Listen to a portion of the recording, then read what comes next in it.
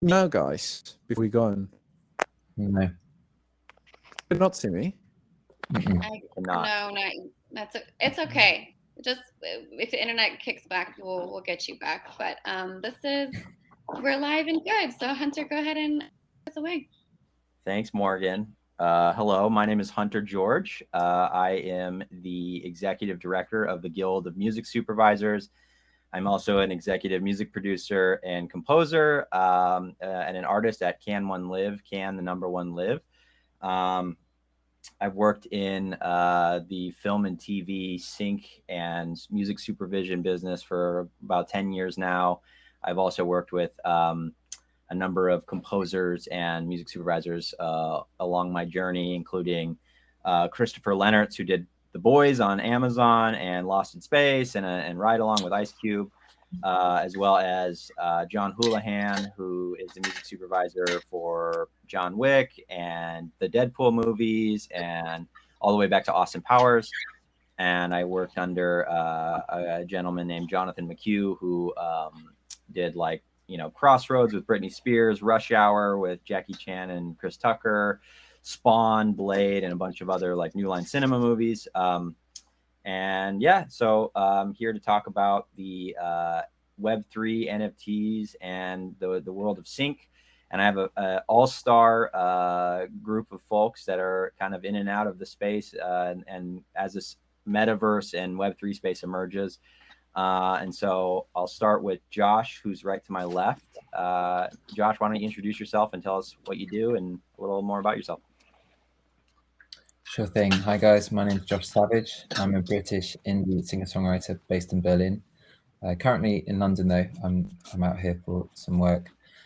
And yeah, I've been doing music professionally for 10 years. I started out by booking my own shows independently with no management, and got in very early on the So Far Sounds thing when they got started out. I now hold the record for playing the most So Far Sound shows. I've played over 700 shows worldwide on 4 continents, and most recently I've been on tour with Snow Patrol, Bright Eyes, and Robbie Williams. Actually, my last show was in front of 100,000 people in Munich, which is a massive moment for me in my career. And earlier this year, I started getting into NFTs as well. I started dropping music NFTs featuring my music, and I packaged it with collectible lyrics as well. And I found it was a great way to connect with my fans, and especially worldwide. And it's been a huge success so far, with all my collections selling out. And really excited for that space and what it can bring to creators in all art forms and all. And it's great to be a pioneer in that space as well. So that's amazing. Thanks, man. And Alex, you're next on my tiles. How about you? Cool. Can you? Yeah, you do. You look great. Excellent. So I'll start. My name is Alex, and I'm the founder and CEO of Saika. And well, first of all, thanks so much for having me here. So, quick back. Blockchain technology to resolve legacy within the music industry. So one of the problems we're focusing on is royalty collection, in particular in the Web3 space. We're able to collect royalties from metaverses and GameFi applications in almost with transparent or in real-time reports as well. Background is industry, most of the market, and then Web3 later on if you guys want it. But yeah, excited to be in this with great guy to talk about. So cool. Yeah, you're kind of getting a little choppy. I wanted to reiterate, because it got choppy on my end, that you're with Sound Picker, so that way they heard that. But yeah, that's really awesome. Kenny, what about you? Hi guys, my name's Kenny Alawalia. I'm co-founder of Music Mesh.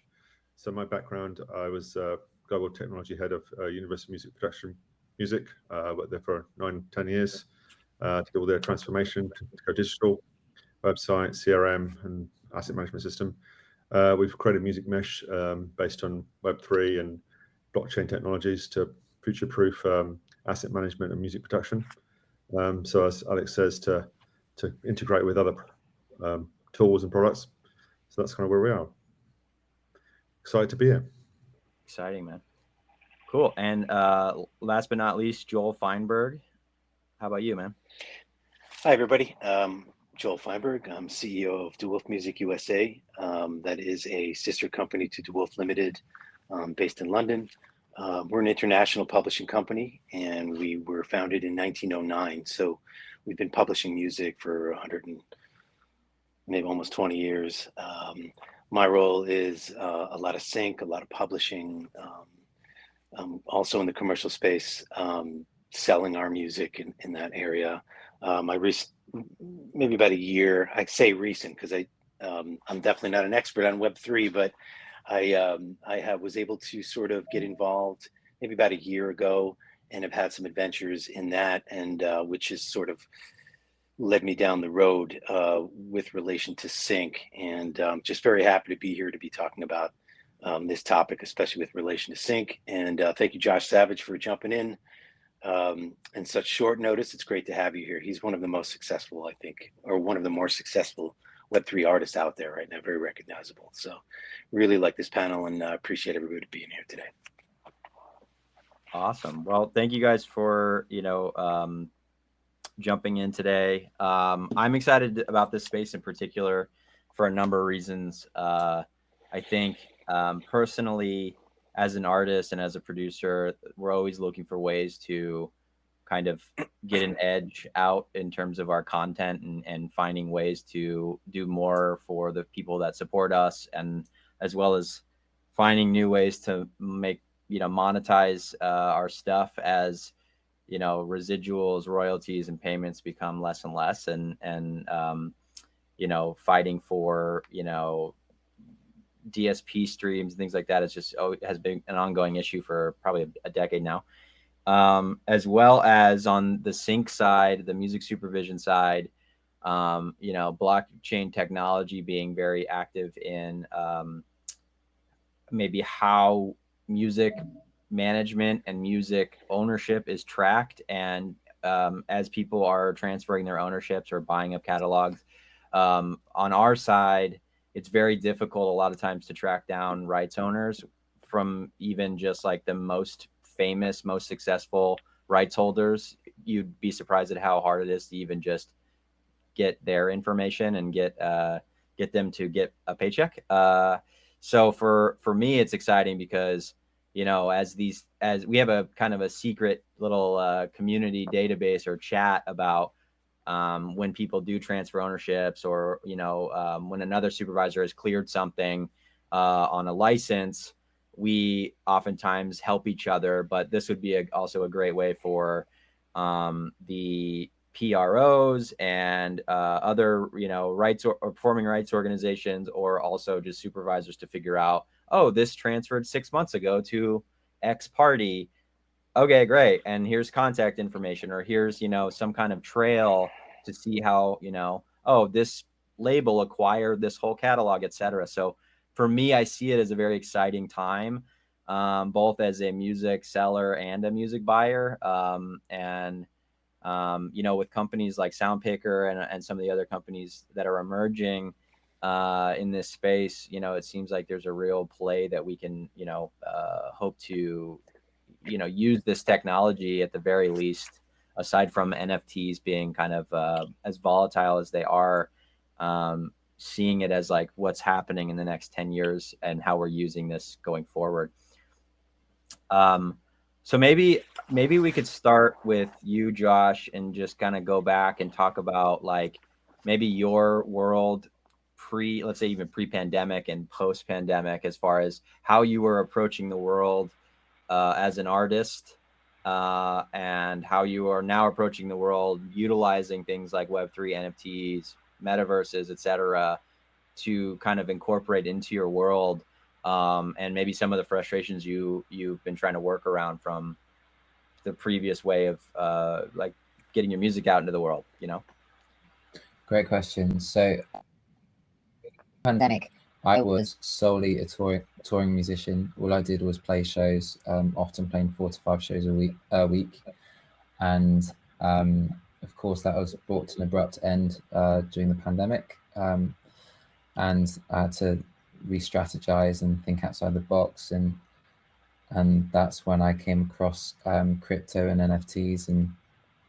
And one of the main advantage actually that I find has really benefited my life is how I don't have to run around like a headless chicken all around the world to make a living anymore. I can do so from my laptop now, which is fantastic, or with my phone, because of how interconnected we are, thanks to technology, and also how we've all embraced technology to connect because of the pandemic, and thanks to NFTs as well. I don't have to rely on labels and anyone else for funding as much. I can have that direct access to my fans.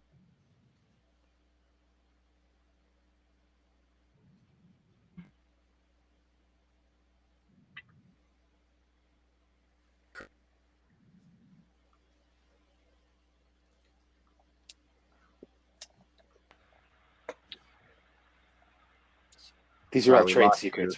Yeah, we lost you at the last part, or at least I did. I don't know if you guys heard that last bit. I think I closed with it's just a really exciting time to be an independent musician right now, because because of NFTs and how interconnected we are now. Exciting. Yeah, I totally agree. I mean, it's what it's doing from the artist standpoint is taking some power back. I think that that's much needed in this era. Noting that, you know, artists are doing more in terms of, you know, overall producing their tracks, mixing. They're more involved in that process, and I think that, and songwriters, etc., you know, I think are doing a lot more for a lot less these days. So I think this allows for, you know, also not, like you said, not facing tour burnout and, you know, things along those lines where you're not relying solely on touring and burning yourself out to just, you know, make basic expenses and things along those lines. So that's really cool. Well, I kind of want to just go around the room and kind of have a similar thread of conversation in terms of how this new frontier, or I would say, honestly, it's as a result of the pandemic. I really feel like we had to make a lot of technological and cultural changes, and this is a space that kind of birthed from that. But maybe you guys could talk a little bit in the same thread of like what you were focused on in 2019 versus now, how all of this emerging stuff has come out and has changed your focus. So maybe I'll start with you, Alex. And then if your thing gets a little shaky, maybe just try to turn your video off, just in case. Seems good for right now, though. Yeah. Please let me know, even if on the chat and I see you cannot hear me, I'll just turn it off. Okay. But I guess if we go pre-pandemic, so I was actually working in licensing. So back then I was essentially, you know, working with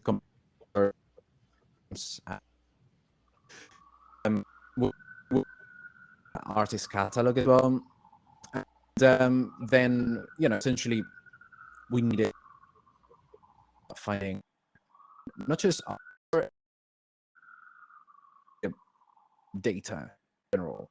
And then NFTs came along, and then we realized that nobody else had. If comparing to what was happening before, it was more like, you know, it was, I guess, in similar to Joel or you Hunter or Kenny, and then NFTs came along, and it was really easy just to ride that wave. Yeah. Cool. Very choppy. I'm so sorry. I've just turned my video off. If you hit stop cam, I think it's fighting to bring your camera back on. Maybe try to hit stop cam, and then it'll just focus on your audio. Yeah, it's all done. Is that a bit better? Just turn off the video. Yeah, Yep. it sounds clear. Cool. Yeah, sorry about that, guys. I'll try and fix my internet in a minute.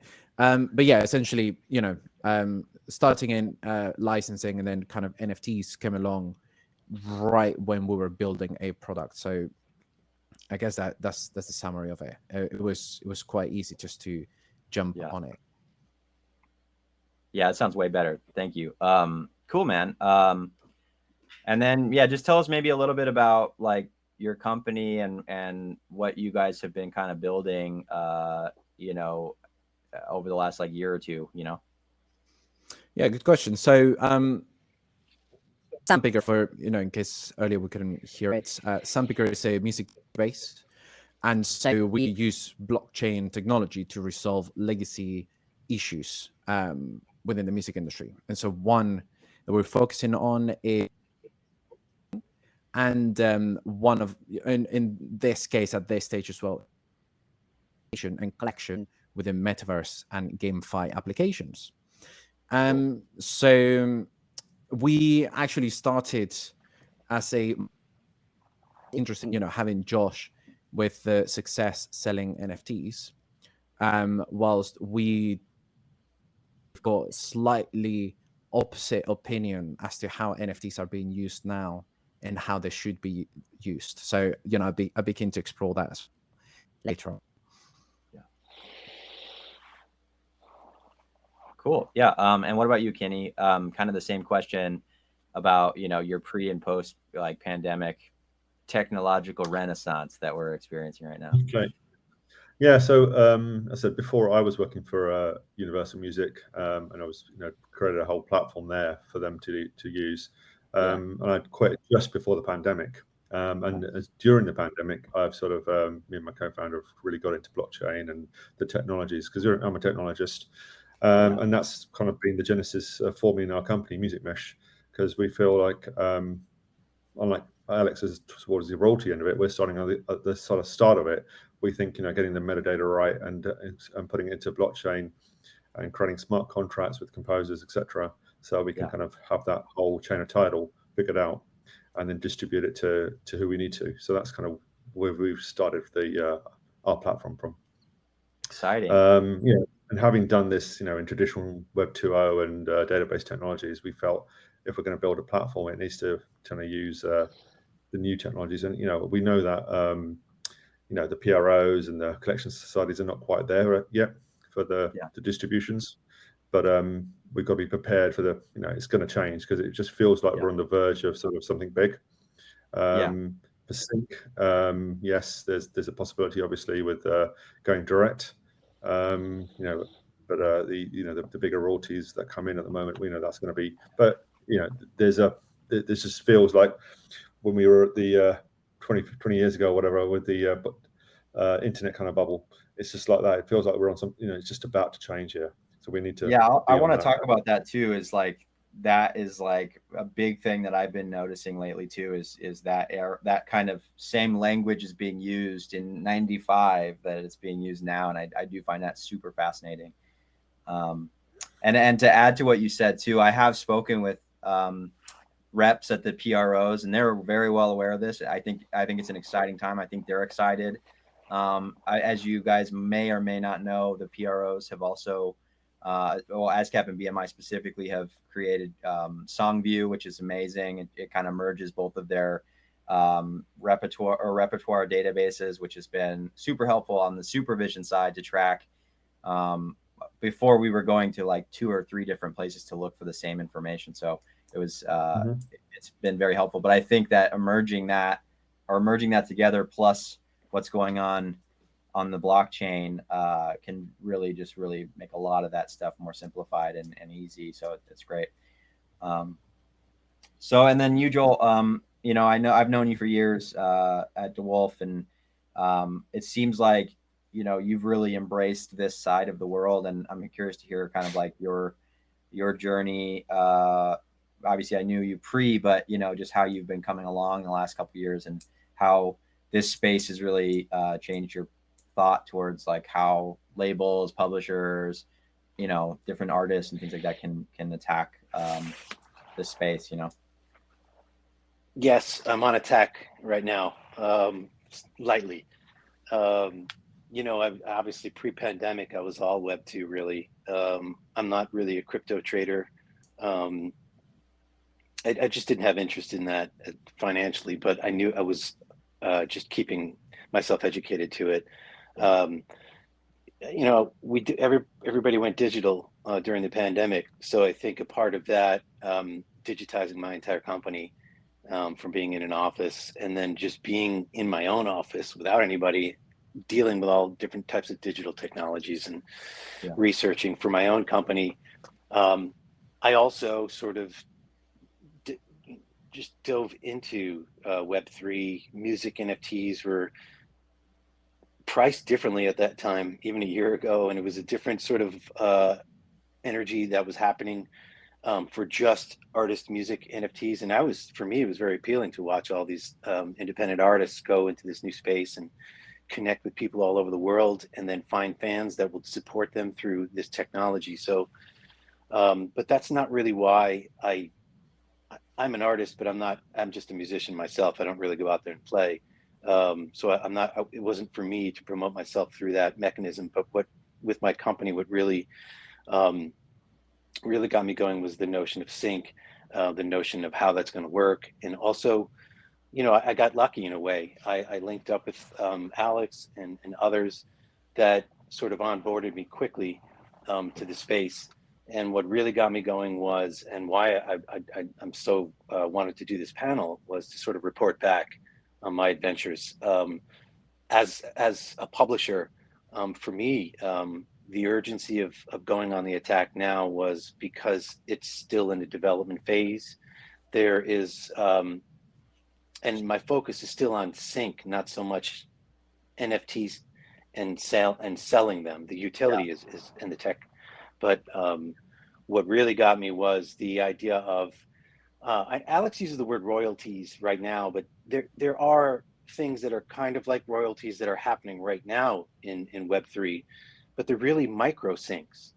And I had heard about what was about to happen early on through Alex and through others, that very soon there is going to be streaming capabilities in metaverses and places where people are going to be able to access and customize their music listening experience.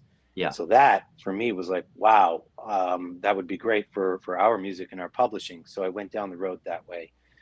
Fast forward to now, we're at a point where there is technology developed. They're just about to launch technology that is going to act as a player inside metaverses for the users to stream. But what's happening with blockchain technology is that every time someone streams a piece of music, that smart contract is going to activate a sort of a micro sync royalty. Yeah. And that goes directly to the artist or the publisher. So you're talking about royalties that in Web2, you'd be seeing those maybe 10 months down the road, whereas this is instantaneous. And so right now is a really good time. There's not a lot of music that's in the space from large companies and publishers.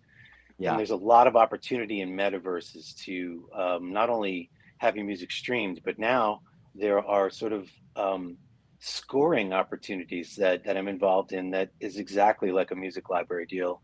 And they basically using your music in NFT form to score a metaverse. And I know it's going to get saturated. And so right now I'm just very excited about being able to understand it early on and to try to participate at this stage. Yeah, I'll agree with you on that. I think just to give a little context on how I got into this space, I had produced a record, a 21 song record in 2018, 2019 and released it. And, you know, big thing that I've always been into is just like, music's great, but what does the visual look like? How is this captivating? How is this interesting? And then the pandemic hits. And, you know, you go through that 3-month period where you're just like, what are we doing? You know, and I don't know, most of you guys that know me know I do a ton of events. Like that's a lot of what I do with the guild or, you know, personally. So I got into a mode where I was like, well, we can't do events, I guess. So obviously we're moving into this virtual space. So during that, I started planning how can we have like a really immersive thing that you can feature, like art installation. So I started working with a guy who, was working at basically like immersive gallery spaces. And we wanted to do some kind of hybrid virtual reality meets, in-person experience. This is pre kind of NFT metaverse talk. And then all of a sudden it just started to unveil itself. And then this whole idea of NFT started coming out. I think what I started noticing was like January of 2021 or something like that, and then I started hearing it on Clubhouse. I'm like, whoa, amazing. And then I heard the word NFT about 1,000 times and I was like, I hate it. Let's get out of here. And then canceled my Clubhouse account. No, I'm just kidding. But I started to think about it over the course of 2021 a lot, not as like, how can I exploit the space, but how can I actually just use it to my advantage with the things that I had just discussed, like creating something interesting, creating something of value, instead of being like, my song's an NFT. And you're like, what does that even mean? Your song's an NFT. Like, does that mean you don't own the song? Does that mean that you're giving ownership rights to somebody else? And then I'm thinking from my music supervisor brain, like, what happens when someone wants to sync that song and they don't want to, take part in the deal because they're not up to the space, or they create you complications because they own a portion of your publishing or rights, which is not what as an artist you would want, to be able to like lose control of like, if a song gets synced or if wherever the deal may go. So I thought like, well, that's stupid. I wouldn't want to do that. And an example of that, to me, the first NFT music project was the Wu-Tang 1 of 1 album that Martin Shkreli bought for like $1 million something. And then all of a sudden, who owns that now? Oh, the US government, because he got arrested and then they seized his assets. So now no one knows what that's album sounds like. No one can hear it.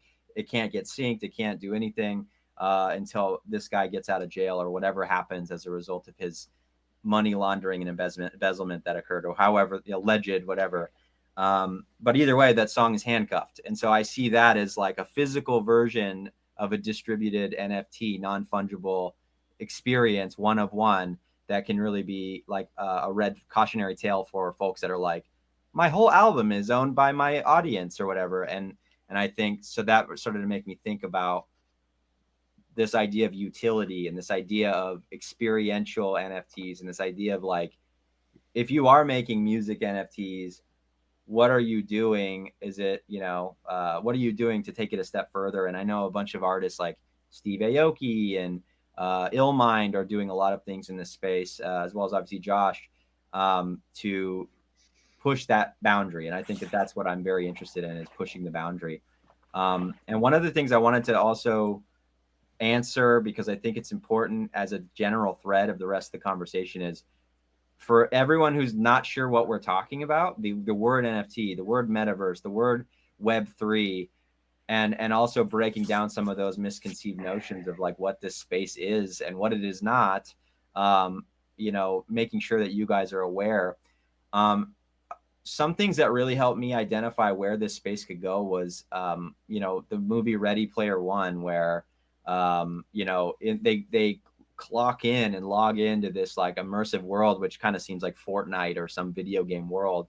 So the way I see that is like, that's a metaverse. That's some type of like Web3 experience where people can use an avatar to log in and have these like custom skins or clothes or weapons or use things in this experience. So in the future, I see like, all right, PlayStation has a metaverse and Xbox has a metaverse and whatever Microsoft does.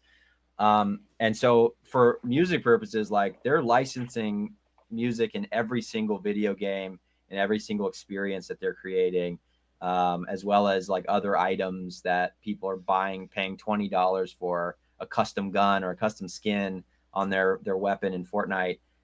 So the way I look at it is that's where we're headed. It's just that we don't have the actual place to go yet. We all know there's a place that we want to go, but that place looks like the Wii Sports Arena, where it could look like Ready Player One, where, you know, they've created like, you know, the Shining comes down and you can enter the Shining, and like that's a licensing experience that, you know, can be done. So it's really looking at it like that, and seeing how corporations will attack the space, just as we're talking here, as well as artists and independents. And you know, Travis Scott doing the Fortnite concert is a metaverse experience. It's just in a video game, not in a metaverse. So in that context, I guess, like Josh, maybe I'll go back to you in terms of how you see the space going, and utilizing these things like NFTs and things like that. Where do you want the space to go, really, is a question that I would want to know from you, you know? I mean, for me, an NFT is fundamentally, in the music world at least, it's a digital collectible with super fan access, and that's the way I'm treating mine at the moment. And a huge issue I had in my career in the past is I was touring all around the world physically, but then no way of reconnecting with my fans internationally. And what's so great is with these digital tokens is that we can still connect. We still have a wonderful community to communicate and stay in touch.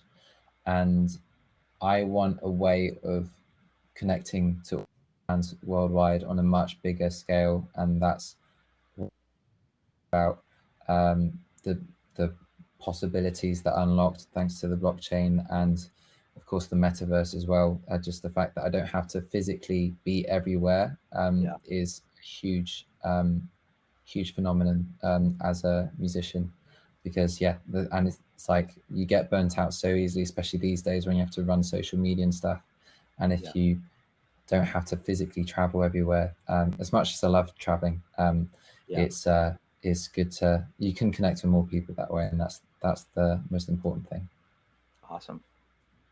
Yeah, another one that I think about a lot too lately is like to elaborate on what you just said, is in Tron, the movie Tron, when like they're in that nightclub and then Daft Punk just shows up and they're DJing in the nightclub. Metaverse performance, you know what I mean? Like imagine a place where like reality is almost is discernible from surreality, and like, you know, artists can go perform in these like spaces. And so that was another eye opener. I know, Alex, we were talking before the start about misconceptions about the space, and also looking at actual raw information about you know, environmental impact and things like that. It would be really interesting to maybe jump there real quick, and maybe you can elaborate on some of your findings in that space, you know? Yeah, absolutely. There's also something I wanted to answer on something that you said about Ready Player One. So just add it later. But yes, absolutely. So obviously there's a lot of misconceptions about the cryptocurrency space and NFTs. So NFTs are generally created in smart contract based blockchains. Now, if anyone here is the first time that you hear that, essentially Bitcoin is a non-smart contract, and probably most of the rest are smart contract based. And that's what allows you to create that NFT. And a lot of these technologies are actually greener than a lot of the platforms that we use on a daily basis. So, and please stop me at any point if the audio is choppy as well. No, it sounds good. Yeah. One of the key things we were talking about before we started was the fact that, you know, there's a lot of bad feedback online whenever anyone talks about NFTs. And we had that. So we worked with the Eurovision Song Contest back in April to release music NFTs, and social media went crazy. They hated it. So a lot of this was around, you know, the ESG agenda. So essentially environmental impact and how terrible these things are. So I'm just going to share the 2 links if you guys are okay with that I shared earlier. Yeah, just to quickly point out too, why it's impacting the environment is because like every smart contract that gets minted, energy is consumed by way of like the coding and programming that goes into executing that smart contract. So somewhere in the world, folks are also mining, using, I guess, servers or computers to mine for either crypto or also like doing the work to, let these smart contracts take place. So that's a big reason why it takes energy to do that, Yeah, I mean, actually, yes, that is, a great summary of it. I'm just going to share 2 examples just for reference, for, after the session, of course, so for you all to check it out. But we had this bad feedback talking about how terrible the technology was for the environment. And after doing some digging and research, we found out that, so the technology we use is called Solana. And it's the reports showed that last year it consumed about 2,000, close to 3,000 tons of CO2 for the entire blockchain for the entire year. Now, comparing that to Spotify alone, Spotify was actually very proud of just having consumed 300,000 tons of CO2. Yeah. So I'm just putting the Solana report there for all of you to check the data. Of course, I'm all about data. I don't know if we can see it, but if you wanted to throw that link in the chat, I think that might be helpful in the session chat. I don't, because I'm not seeing it. Should be there now.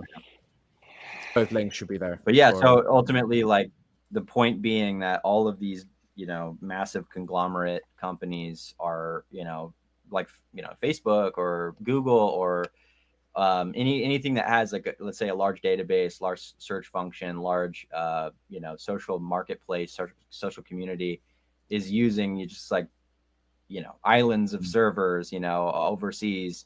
So the idea is like to criticize let's say like cryptocurrency mining or NFT creation while logged into your Facebook, writing it on your Twitter or whatever you're doing, like it's you're kind of feeding the same beast in a sense, just in a different way. So to criticize it for its environmental impact is, you can do that, but at the end of the day, like, you could say the same thing about all the other, massive computing companies and things like that are being using up a lot of servers and things like that. I'd like to add something super quick about what you said about Ready Player One and how NFTs have that immediate utility, which I think it is what the music NFT companies need to figure out quick, because all you're talking about is that direct utility that players can have within the video game, meaning they buy a skin, a weapon, a new vehicle, whatever, and they can use it right away. In this case, for music, we've got stuff that requires, sending merchandise or giving merch discounts or meet and greets in a show. And those things are really good because then users can hold the NFT for longer with the, expecting to receive something in the future. But we need to figure out also ways for immediate usage of that NFT utility. Just have a bit more flexibility. And so I guess that it should be also a modernization, complete modernization of music is needed to be able to catch up with the technology. 100%. Yeah, I think that's due regardless of NFTs or not. I think music modernization is a big press in the industry at the moment. Joel, did you want to say something? I know you were looking to early on the last question. Geez, yeah. It's early, and really an NFT is really just an advanced file format that has really, technology that's way beyond any type of file type we have right now. Yeah. In its essence, that's all an NFT really is. It's a file type. And for people that are first hearing this, utility. The term utility is really just to be able to add value to that file in any way you can really think of. So the technology that's built into the NFT allows the creator to be creative in what to put inside that file. And smart contracts are like macro programs that automatically activate some other activity.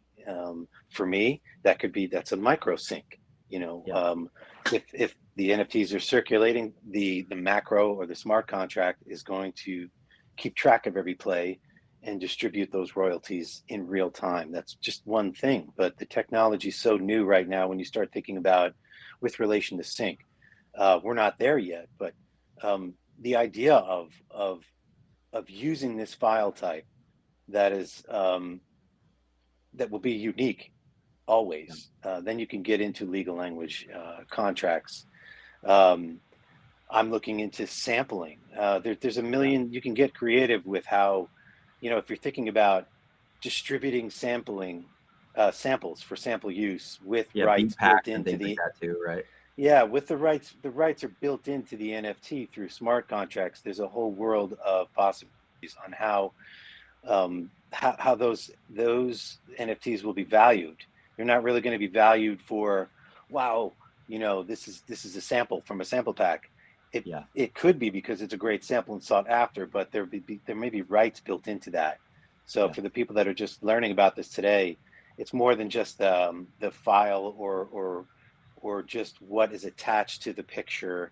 It's actually what type of functionality is going to happen with that NFT that brings value. Josh's got his hand up. Yeah, I'd love to add on to that. I'm so glad you brought the utility aspect, and I'd really like to mention what I'm doing with special with my NFT, my music NFT project right now. Is I'm working with my own developer, and we're creating our own smart contract to suit what our needs are, and that's really cool.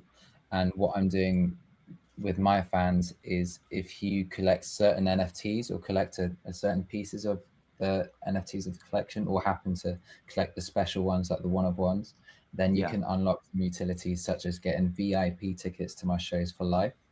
And if you collect one of each song and the one-of-one, you can also you can also win the rewards that I'll write a song for that fan or for their loved one or for their project. Which is like incredible that you can do that, and I can trace them now through this technology, which you couldn't really authenticate in the same way before. And if you guys want to check that out, it's called Love Letters, and it's on OpenSea as well, and it's minting right now. Amazing, man. Yeah, it's super cool that you can do that now.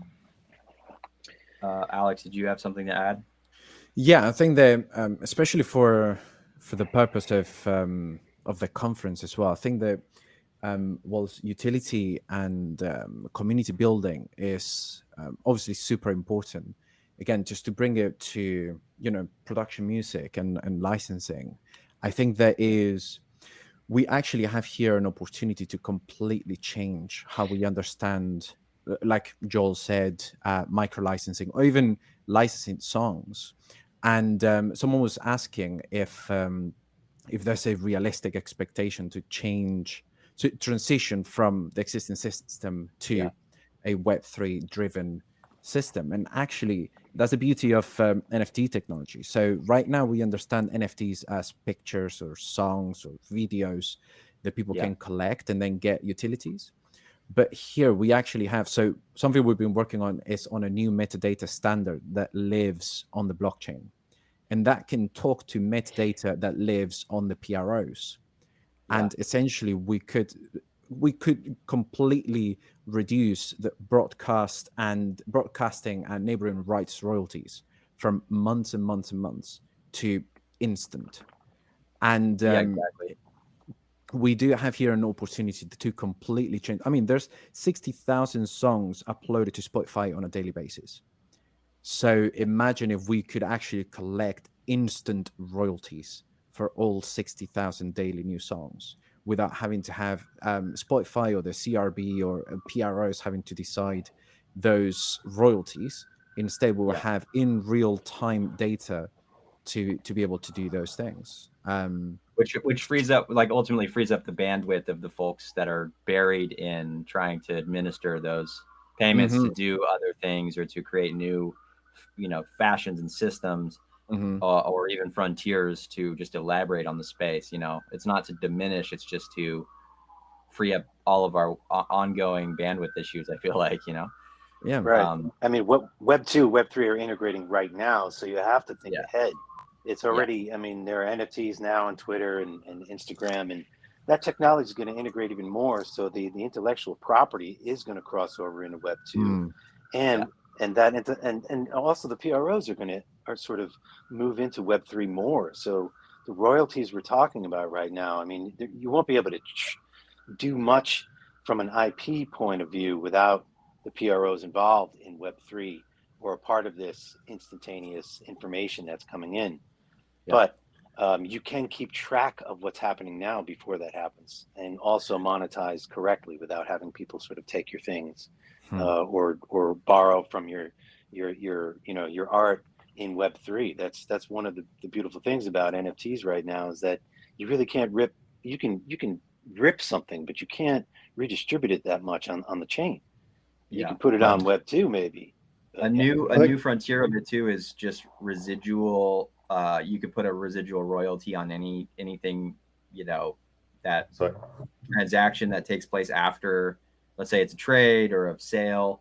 As the artist or originator, you can set a royalty from, I think, somewhere along 10 to 30% of any future transactions, which is massively huge. So like if I sold a CD in 1995, which Kenny, I want to talk about that too, is the 1995 of all of this.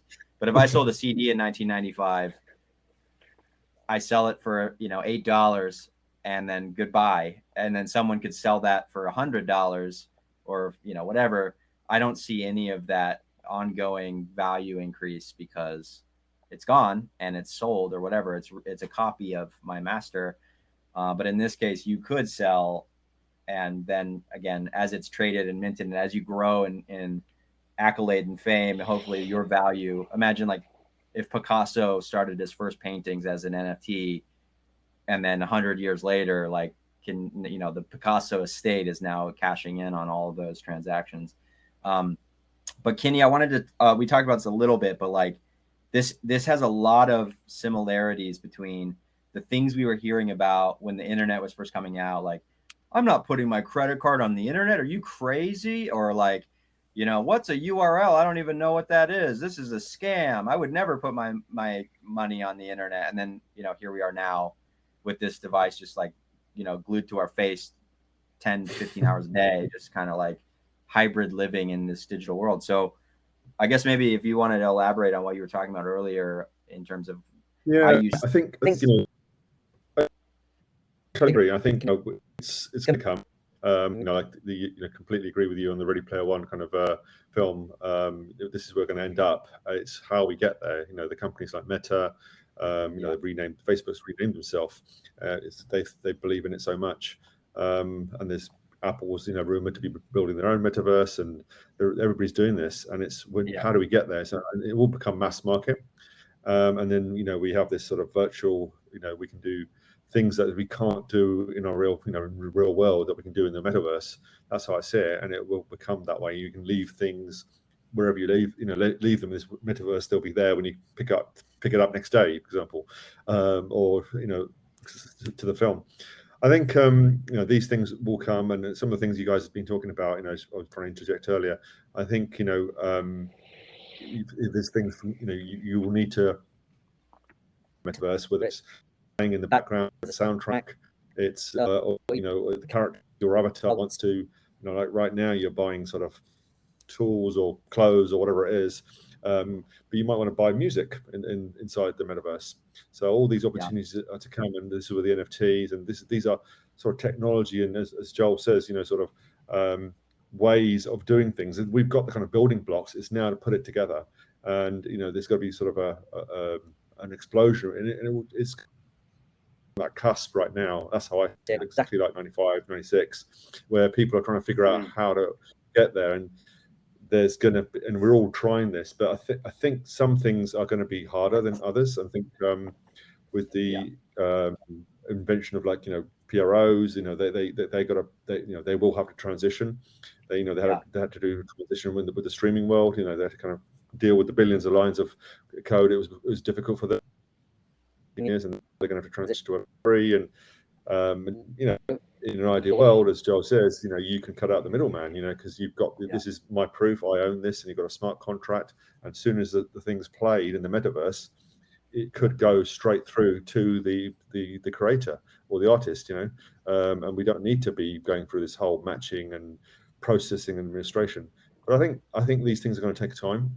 I think, you know, they're going to evolve, and the we Wild probably West. don't. It Yeah, really exactly. is. We don't know how it's going to end up. I don't think, you know, the answer is none of us know how it's going to end up. It's, you know, we have these tools, but we're going to get there, and we just got to keep well, it's the same. It's like, you know, when you had a 30 to 50 pound computer monitor and the big old base, and you're just like, you know, it took you 30 minutes to log into the World Wide Web, and then you use like Ask Jeeves as your browser, and you could download an image in like 4 hours, you know, or whatever.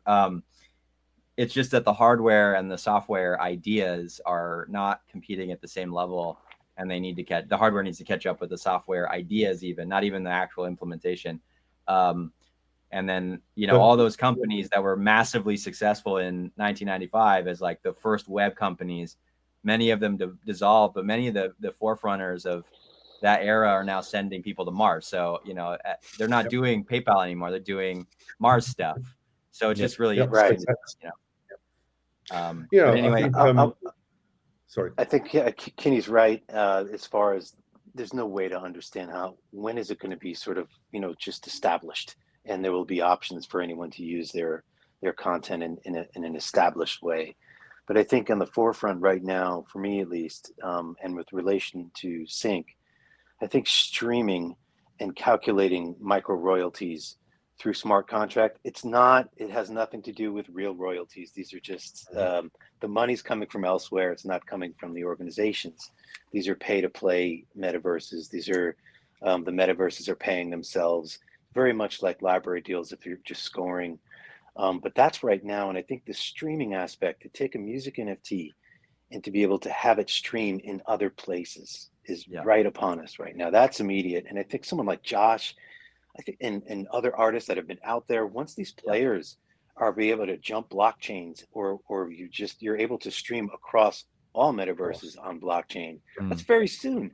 You know, I think he's gonna, like, people like, it's nowish. So on the artist level, people like that, I think, are going to just blow up, because the discovery factor is going to really skyrocket. But for publishers as well, I think that the technology itself is going to really just open up the world of sync. That's why I'm trying to jump in now before it gets so crowded with everybody else on this who's watching right now, all the other publishers. But I'm hoping that everybody can get involved, and we can start scoring these metaverses and establish ourselves first. If we get the music there first, I'm hoping that's, you know, look at how tough it is to collect royalties in Web2. If we can get into this now and establish ourselves now, I think we'll be in a much better position for something like that to creep in, you know, too quickly or at all. So I don't know how this formatting works. I know it says we have about a minute left. I don't know if like we just get instantly cut off, but I wanted to just say thank you. One of the questions, Josh, just quickly, like about where you mint your NFTs or where you're creating these. Can you maybe give like an example of like some of the things that you utilize to create NFTs as an artist? Of course. So if you're just doing simple ones, like one piece, then you can just do it directly on a platform such as OpenSea. However, right now I'm doing my biggest collection yet of 888 pieces, and that definitely requires a developer and who creates his own smart contract. And in order to, where I went to meet my developer was actually on Twitter Spaces, which is where I'm hanging out basically 24/7 and where I meet most of the Web3 people. Cool. Yeah, I've heard a Manifold is another one that people are utilizing to help create and do artists utilizing NFTs. But there's a couple of them emerging. I would just use YouTube, man. Like start looking into YouTube and seeing like the do's and don'ts of NFTs. There's a lot of scams out there. So really try to research like it's like the same as the 1995. Like I'm a prince in, West Africa. I need you to, I'm donating you my whole fortune. Give me your bank account info. It's kind of the same like vibe as like for every great thing about Web2, even Web1, I guess. There was also like a really dark side to it. So just do your research. Yeah, because there's a lot of moon boys out there and a lot of Yeah. people who are paid to promote their stuff. So having said that, I think it's also important to support your favorite things and maybe support things that are NFTs that aren't too expensive, so you can get a sense of what those utilities are, how those artists are using them, how they benefit you. I bought like 1 or 2 NFTs from some brands that I trust and I follow and appreciate, and I really then started to see like, oh, you could do all of these things as an artist or whatever. And all these big brands like Warner Brothers and Disney and Back to the Future are all utilizing their IP, like in VV, or the Grammys just dropped an NFT, or I follow a group called MetaZoo. All of those big brands are jumping into the space, virtual trading cards that are redeemable into physical cards. And through that, I was able to really see like where the space as an art person or artist can value you as a musician or artist or publisher or business owner, etc. So it looks like we didn't get kicked. So I want to say thank you guys. If you guys want to drop like your Instagrams in the chat and things, I'll drop mine again. It's at can1live. You guys can follow me on Instagram and see all the wacky shit I do. I wanted to mention one thing before we go. We are doing the Guild of Music Supervisors conference on Saturday, October 1st. Joel is set to conduct another panel with a different crew of people on syncing the metaverse. There's also Issa Rae, the music of Apple TV Plus, the music of the Elvis movie. So there's about, similar to the PMC, there's a ton of panels going on about music sync, licensing, and the surrounding businesses. So check that out, guildofmusicsupervisors.com or GMS Media Conference is where you can get tickets, gmsmediaconference.com. So I want to say thanks to Morgan and the PMA for allowing this conference to take place so beautifully over the years. And I want to thank all you guys, Alex, Kenny, Joel, and Josh, for participating. And thank you guys for staying a little longer. I hope to see you guys down the road. If you guys want to check in with me on Instagram, send me a DM. Happy to answer any more questions that my limited brain can answer. Otherwise, I'll just probably say YouTube. But this is an exciting space, an exciting time. So it's really great to look into this new avenue for businesses and independents to look into this new space. So thank you guys, and we'll catch you on the next one. Thanks, everybody. Cheers. Cheers, guys. Thank you.